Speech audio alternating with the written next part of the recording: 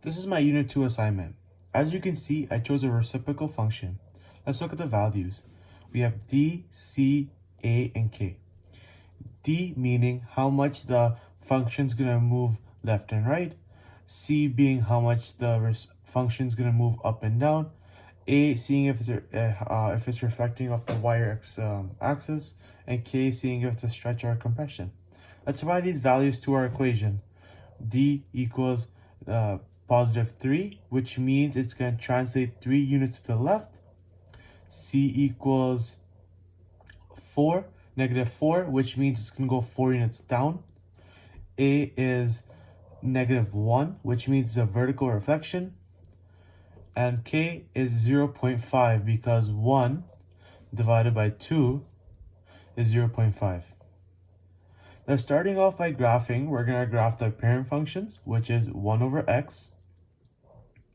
And we're going to reflect it. Doesn't really matter x or y value or x and y axis because we reflect this onto here. We're going to get this. And if we do it off this one, we get this. So once we have that,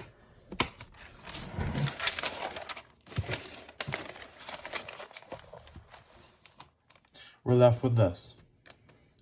Now, if we do a horizontal compression, we get this. And for a horizontal compression, it's good to know that we only multiply the x value by 0.5. So as you can see here, this point was only 1 ahead. It went back to 0.5. This value was 2 ahead. It went back to 1. And so on for the other side. Now continuing, now we're stuck with this function. And now let's move to the translations. So again, it's 3 units to the left and 4 units down. 3 units left, 1, 2, 3, 4 down, 1, 2, 3, 4, and we're left with here. We do that for all the points we have, and we're left with this function here. So now the asymptote is also moved 3 units to the left and 4 units down. As you can see, 1, 2, 3, then 1, 2, 3, 4. So the new coordinate for the asymptote would be negative 3 and negative 4, thus making the domain x is any real number and x cannot equal 3 because the function will never touch the asymptote. And same thing for the range.